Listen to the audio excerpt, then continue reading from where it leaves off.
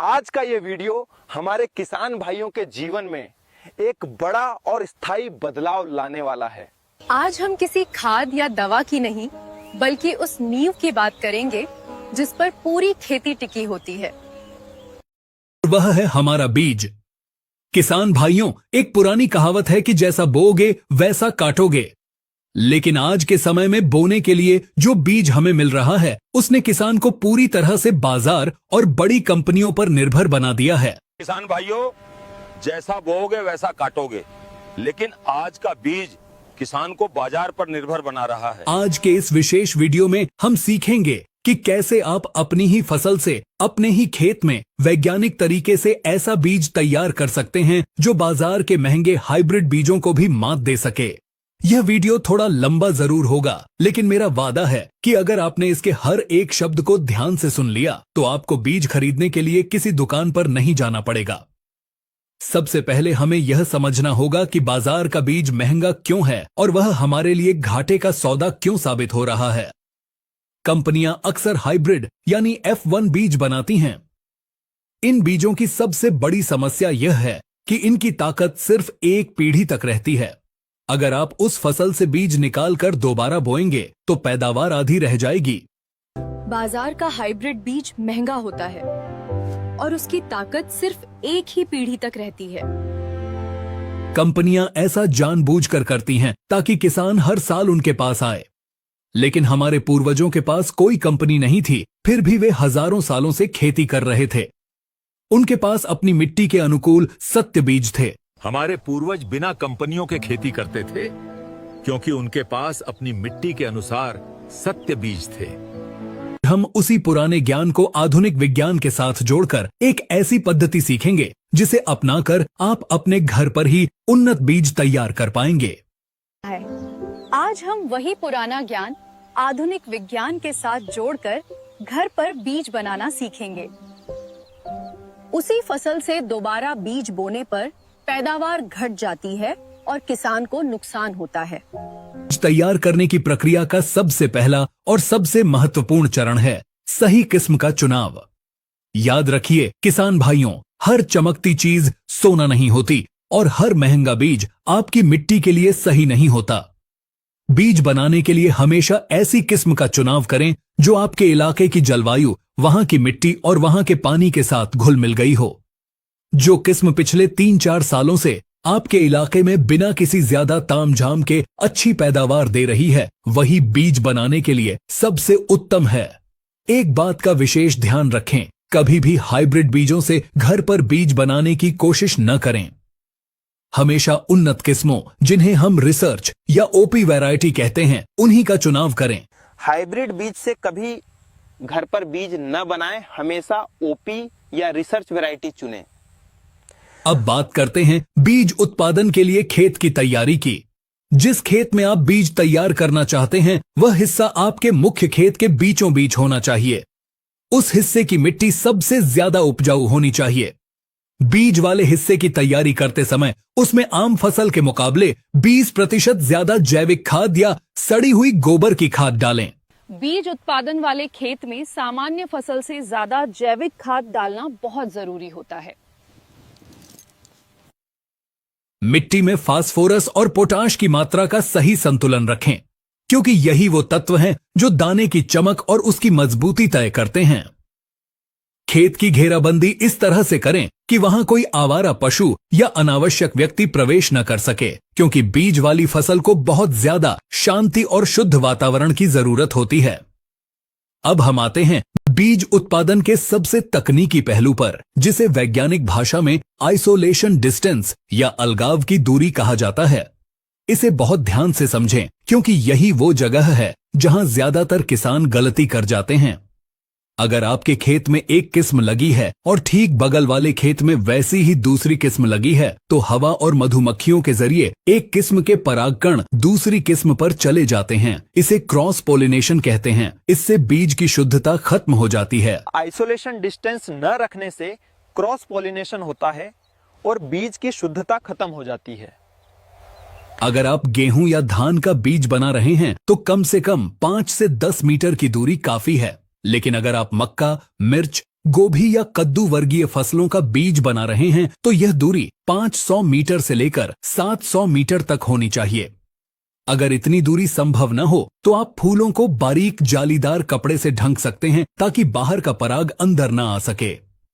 बीज तैयार करने का अगला कदम है मात्र पौधों यानी मदर प्लांट्स की पहचान करना।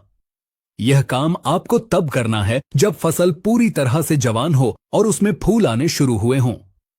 अपने खेत में घूमें और उन पौधों को चुनें जो दिखने में सबसे ज्यादा स्वस्थ हों, जिनका तना मजबूत हो और जिनकी पत्तियां गहरी हरी हों। ऐसे पौधों को बिल्कुल न चुनें जिनमें कोई भी बीमारी लगी हो या जो कीटों से प्रभावित हों। उन पौधों को भी छोड़ दें जो बहुत ज्यादा ऊंचे या बहुत छोटे हों। हमें औसत ऊंचाई वाले लेकिन सबसे मजबूत पौधे चाहिए। इन पौधों पर लाल रंग का धागा या रिबन बांध दें। स्वस्थ और मजबूत पौधों को चिन्हित करना ही अच्छे बीज की असली पहचान है, ताकि आपको याद रहे कि यही आपके होने वाले बीज के पिता और माता हैं। जैसे जैसे फसल आगे बढ़ती है हमें रोगिंग यानी अवांछित पौधों की सफाई करनी होती है। यह प्रक्रिया आपको कम से कम 3 बार करनी है। पहली बार फूल आने से पहले, दूसरी बार जब फसल में पूरी तरह फूल आ जाएं और तीसरी बार जब दाने पकने शुरू हों। अगर आपको अपने चिन्हित पौधों के आसपास कोई ऐसा पौधा दिखे जो देरी से पक रहा हो या जिसके फूलों का रंग आपकी मुख्य किस्म से अलग हो तो उसे तुरंत जड़ से उखाड़ दें। एक बात याद रखें, एक गलत पौधा आपके पूरे लॉट को खराब कर सकता है। बीज उत्पादन में क्वालिटी ही सब कुछ है। जब फसल पकने के करीब आती है तब धैर्य की सबसे ज्यादा जरूरत होती है। बहुत से किसान जल्दी कटाई कर लेते हैं जिससे बीज कच्चा रह जाता है और उसकी अंकुरण क्षमता कम हो जाती है। अनाज वाली फसलों में जब दाना पूरी तरह पत्थर जैसा सख्त हो जाए और उसमें नमी का स्तर 10 से 12% के आसपास आ जाए तभी कटाई करें। सब्जियों के मामले में फल को पौधे पर ही पूरी तरह पकने दें, यहां तक कि वह थोड़ा गलने जैसा हो जाए तब भी ठीक है, क्योंकि जितना ज्यादा फल पकेगा उसका बीज उतना ही परिपक्व होगा। सब्जियों से बीज निकालने की प्रक्रिया भी एक कला है। टमाटर, बैंगन और मिर्च जैसी फसलों के लिए फर्मेंटेशन विधि सबसे अच्छी मानी जाती है। इसके लिए पके हुए फलों को कुचलकर उनके रस और बीजों को एक प्लास्टिक या कांच के बर्तन में 2 दिनों के लिए छोड़ दें। इस दौरान एक हल्का खमीर उठेगा जो बीज के ऊपर की चिपचिपी परत को हटा देगा। फर्मेंटेशन विधि से निकाला गया बीज ज्यादा मजबूत और लंबे समय तक चलने वाला होता है। 2 दिन बाद इसे खूब पानी से धोएं। आप देखेंगे कि जो हल्के और खराब बीज हैं वे पानी के ऊपर तैरने लगेंगे। उन्हें छानकर फेंक दें।